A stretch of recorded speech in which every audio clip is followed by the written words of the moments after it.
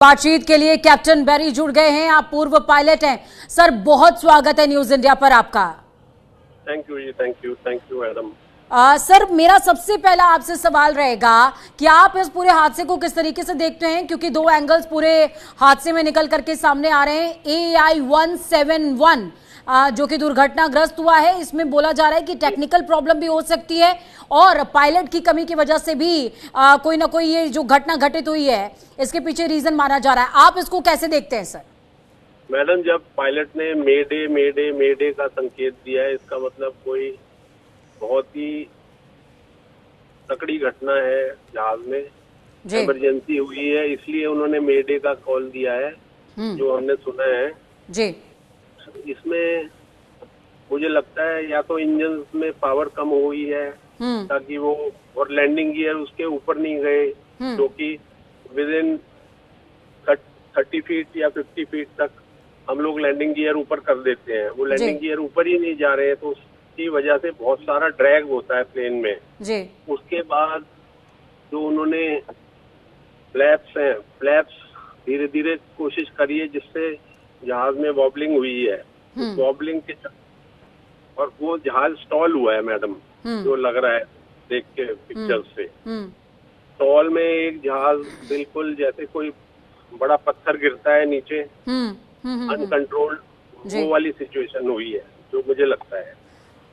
Sir, मैं एक और विषय आपसे समझना चाहूंगी। देखिए, इस पूरी घटना में ये कहा जा रहा है कि एयरपोर्ट के जो बाउंड्री वॉल थी उससे प्लेन का बैक का हिस्सा जो है, पीछे का हिस्सा टकराया है। ये किस कंडीशंस में हो सकता है और जिस जगह पर ये टकराया, क्योंकि आप कह रहे हैं कि लैंडिंग व्हील्स ऊपर नहीं गए हैं, तो क्या ये भी एक रीजन हो सकता है बाउंड्री वॉल से टकराने का?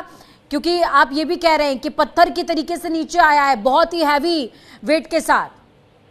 जी मैडम, ऐसा है मैडम, रनवे की लेंथ जितनी पूरी है 35042 मीटर सर। नहीं, वो पता है मुझे, पर ने टैक्सी करते हुए पूरी रनवे यूज की टेक ऑफ के लिए या नहीं, ये ATC वाले लोग ही बता पाएंगे।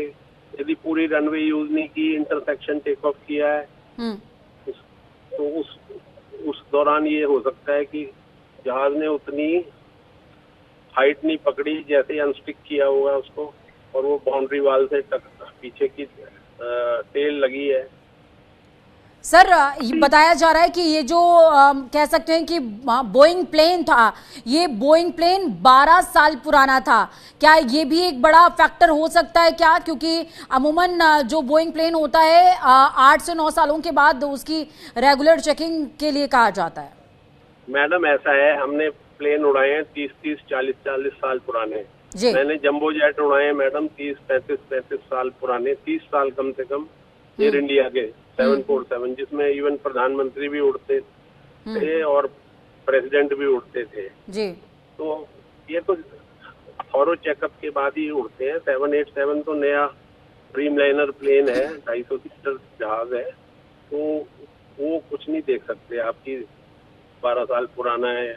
इसलिए रेगुलर चेकअप के बाद ही ये उड़ते हैं जहाज मैडम, उनके सबके चेक्स होते हैं टाइमली। सर, देखिए, आप बता रहे हैं कि रेगुलर चेकअप इन तमाम प्लेन्स का होता है, तमाम जो टेक्निकल चीज़ें हैं, पॉइंट्स हैं, उनको देखा जाता है। इस प्लेन के बारे में कहा जा रहा है कि जस्ट 2 घंटे पहले ये प्लेन दिल्ली से आया था और दिल्ली के बाद अब इसको अहमदाबाद से लंदन की तरफ जाना था। क्या ऐसा हो सकता है कि टेक्निकल टीम जो पूरी की पूरी जांच करती है टेक ऑफ से पहले, ग्राउंड क्लियरेंस से पहले, क्या उसकी तरफ से कोई त्रुटि रह गई हो, या उन्होंने जल्दीबाजी में कहा हो कि हाँ ऑल इज वेल और प्लेन टेक ऑफ कर गया हो? ये कंडीशन हो सकती है क्या? मैडम, हर पायलट जो है टेक ऑफ से पहले सारी चीजें देख लेता है, पैरामीटर सारे प्लेन के चेक होते हैं, उसके बाद ही हम लोग टेक ऑफ करते हैं। ऐसे टेक ऑफ नहीं होते जी। सबसे पहले पूरी चेकिंग होती है। कोई पुराना स्नैग है, स्नैग को रेक्टिफाई नहीं किया, या वो नो गो आइटम है या गो आइटम है, वो सारी चीजें देखते हैं मैडम। इसमें बहुत सारी टेक्निकलिटीज है जी। तो आप इस घटना के पीछे क्या रीजन मान रहे हैं कि किस वजह से ये हादसा हुआ होगा? मैडम, ये मेडे जो उन्होंने बोला है, कोई इमरजेंसी तकड़ी हुई है, या तो फिर ये आप जो कह रहे हैं कि ATC वालों से पूछिए कि उसकी टेल हिट हुई है दीवार में, तब ये हो सकता है। उसने पूरी रनवे यूज की है टेक ऑफ के लिए, ये सारी चीजों के बाद ही कुछ आंकलन होगा मैडम। यानी कि नेक्स्ट स्टेप जो है वो डीजीसीए का है। नेट, हाँ, डीजीसीए का है, एटीसी का है, एटीसी बताएगी वहाँ की। जी चलिए, बहुत शुक्रिया सर। जी जी, अपनी बात पूरी करें सर, अपनी बात पूरी करें सर। जी, वो तो डीजीसीए और एटीसी जो है अहमदाबाद की, वो बता देगी कहाँ से इसने टेक ऑफ किया है, पूरी रनवे यूज की है या इंटरसेक्शन टेक ऑफ किया है।